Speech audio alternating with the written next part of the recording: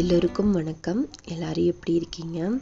நான் இன்னைக்கு உங்கள் கூட ரொம்ப ஈஸி அண்ட் ஹெல்த்தியான கொண்டக்கடலை குழம்பு எப்படி வைக்கணுங்கிறத காட்டியிருக்கேன். இது இட்லி, தோசை, சப்பாத்தி சாப்பாட்டுக்கெல்லாம் ரொம்ப அருமையாக இருக்குங்க. இப்போ எப்படி பண்ணலான்ட்டு பார்க்கலாம் வாங்க.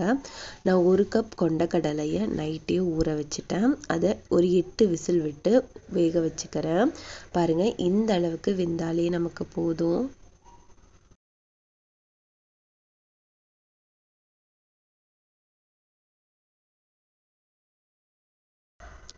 இப்போ ஒரு மிக்ஸி ஜாரில் 1 ஸ்பூன் அளவுக்கு சோம்பு, 1 கையளவுக்கு துருவன தேங்காய் ஆட் பண்ணி நல்லா ஃபைன் பேஸ்ட்டாக அரைச்சி எடுத்துகிட்டு வந்துக்கலாம்.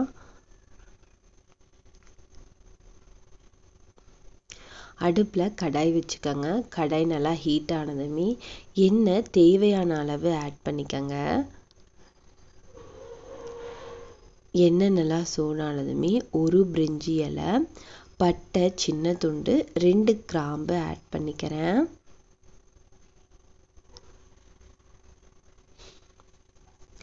கொஞ்சமாக சோம்பு ஆட் பண்ணிக்கிறேன்.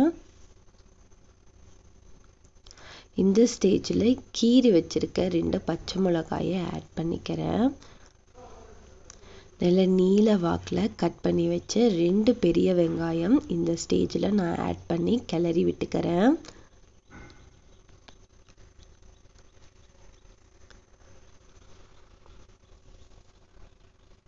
வெங்காயம் கொஞ்சம் கண்ணாடி பதத்தளவு வந்ததுமே 1 ஸ்பூன் அளவுக்கு இஞ்சி பூண்டு பேஸ்ட் ஆட் பண்ணி நல்லா கிளறி விடுங்க. ஒரு பெரிய சைஸ் தக்காளியை நல்லா பொடிசாக கட் பண்ணி வச்சுருக்கேன். அதையும் இந்த ஸ்டேஜில் ஆட் பண்ணிக்கிறேன். இந்த ஸ்டேஜில் நான் ஸ்பைசஸ் எல்லாம் ஆட் பண்ணிக்கிறேன். 2 ஸ்பூன் அளவுக்கு மல்லித்தூள், காரத்துக்கு தகுந்த அளவு மிளகாய்த்தூள், கொஞ்சம் கலருக்காக மஞ்சத்தூள் ஆட் பண்ணிக்கிறேன். தேவையான அளவு உப்பு, இந்த மசாலா வணங்குறதுக்கு தேவையான அளவு உப்பு ஆட் பண்ணி நல்லா வதக்கி விட்டுக்கிறேன்.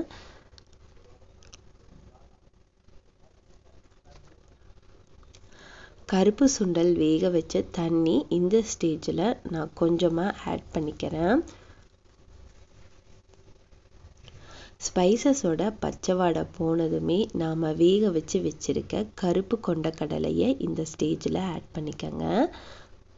கூடவே வேக வச்ச தண்ணி இருந்தாலும் நீங்கள் ஆட் பண்ணிக்கலாம். என்கிட்ட கொஞ்சம் தண்ணி இருந்துச்சு, அதையும் நான் இந்த ஸ்டேஜில் ஆட் பண்ணிக்கிறேன்.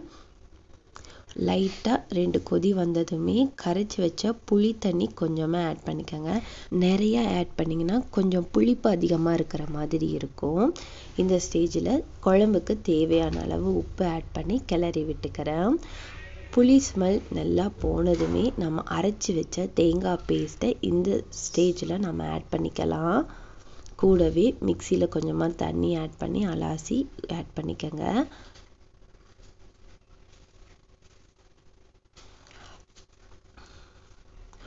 ஒரு 10 நிமிஷம் கொதிக்க விட்டிங்கனாலே தேங்காயோட பச்சை ஸ்மெல்லாம் போயிடும். அப்போ நீங்கள் ஸ்டவ் ஆஃப் பண்ணி கொத்தமல்லி தூவி இறக்குனீங்கனாலே நமக்கு சுவையான கொண்டக்கடலை குழம்பு ரெடி ஆயிடும். நான் இன்னைக்கு சாப்பாட்டு கூட குழம்பு ட்ரை பண்ணியிருந்தேன். டேஸ்ட்டு ரொம்ப சூப்பராக இருந்துச்சுங்க. இந்த ரெசிபி கண்டிப்பாக வீட்டில் ட்ரை பண்ணி பார்த்துட்டு எப்படி வந்துச்சுங்கிறத கீழே கமெண்ட் பண்ணுங்கள். தேங்க்யூ.